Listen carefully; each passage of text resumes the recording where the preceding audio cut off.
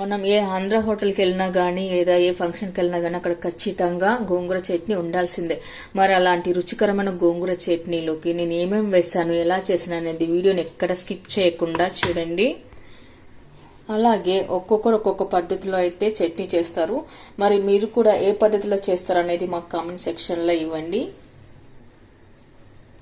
Welcome to మా ఇంటి రుచి మంట కిచెన్. ఇవాళ మనం ఎంత హెల్దీగా టేస్ట్గా ఉండే ఎమ్మీగా ఉండే గోంగూర చట్నీ చేసుకుందాము. ఇక్కడ నేను ముందుగానే 1 అవర్ ముందే గోంగూర తీసుకొని అంతే క్లీన్ చేసి కడిగి ఇలా నీరంతా పోయే వరకు ఇలా పెట్టుకున్నాను. ఆ తర్వాత మనం ఇందులోకి కొన్ని వేయించి పొట్టి తీసిన పల్లీలను తీసి పెట్టుకోవాలి. తర్వాత ఇప్పుడు మనం కడాయి పెట్టుకుని అందులోకి కొద్దిగా ఆయిల్ అయితే వేసుకోవాలి.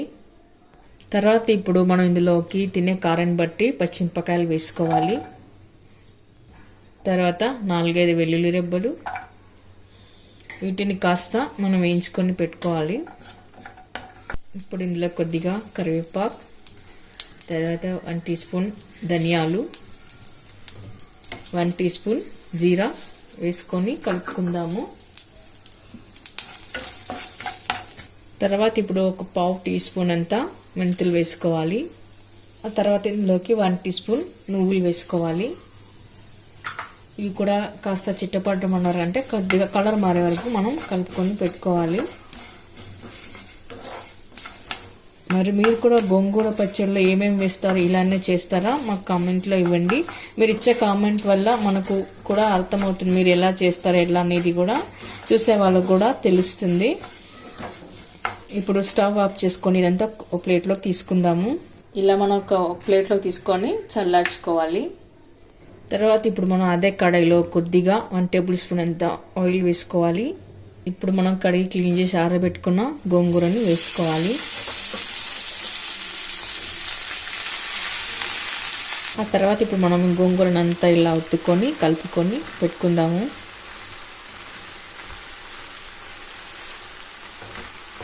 ఇప్పుడు గోంగూర ఉడికే కొద్దీ దగ్గర పడుతూ వస్తుందండి.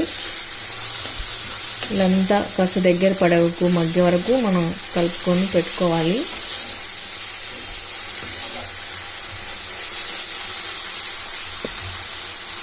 తర్వాత ఇప్పుడు ఇందులోకి మనం తినే రుచిని బట్టి ఉప్పు వేసుకోవాలి.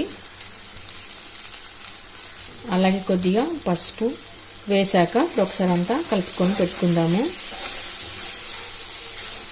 గోంగూరల దగ్గర పడ్డ తర్వాత కొద్దిగా మెంతెం కూరను కూడా యాడ్ చేసుకోవాలి.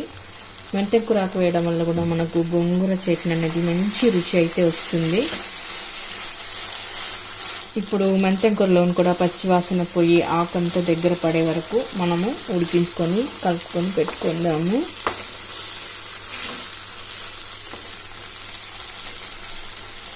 ఇప్పుడు మనం స్టవ్ ఆఫ్ చేసుకోవాలండి. తర్వాత చల్లారిన తర్వాత మనము మిక్సీలో వేసి పెట్టుకోవాలి. తర్వాత ఇప్పుడు మనం ఇందులోకి ముందుగా వేయించి పొట్టి తీసిన పల్లీలు వేసుకోవాలి. ఇప్పుడు పల్లీలను మనం స్మూత్గా మిక్సీ పట్టి పెట్టుకుందాము. ఇప్పుడు మనం ఇలా మిక్సీ పట్టి పెట్టుకున్న తర్వాత ఇందులోకి వేయించి పెట్టుకున్న మిర్చిని వేసుకుందాము.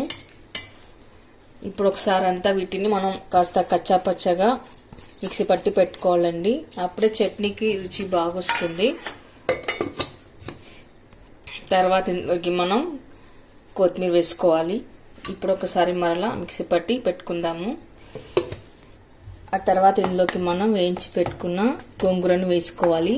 ఇది కంప్లీట్గా చల్లగైందండి. చల్లగైన తర్వాతనే మనం మిక్సీ పట్టుకొని పెట్టుకోవాలి.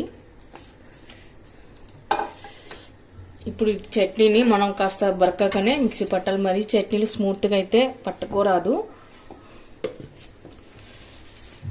తర్వాత ఇందులోకి మనం కొద్దిగా ఉప్పు వేసుకుందాం. ఇందాక ఉప్పు వేస్తాం కదా, నాకు కొద్దిగా తక్కువ అనిపించింది, అందుకోసం ఇక్కడ కొద్దిగా ఉప్పు అయితే వేసుకుంటున్నాను. ఇప్పుడు మరలా ఒక్కసారి ఇలా కొద్దిగా ఆకులాగా కనిపిస్తుందండి లోపల. ఒక్కసారి మనం మిక్సీ పట్టి పెట్టుకుందాము. తర్వాత మనం ఒకసారి ఇలాంతా కలిపేసుకొని ఒక కప్పులోకి అయితే తీసుకోవాలి. చూడండి ఇలా మిక్సీ పట్టుకొని పెట్టుకోవాలి. ఇలా కనుక మనం చట్నీ చేసి పెట్టుకున్నట్లయితే ఫ్రిడ్జ్లో పెట్టుకున్నట్టు 1 వారం వరకు ఉంటుందండి, ఏం పాడవదు.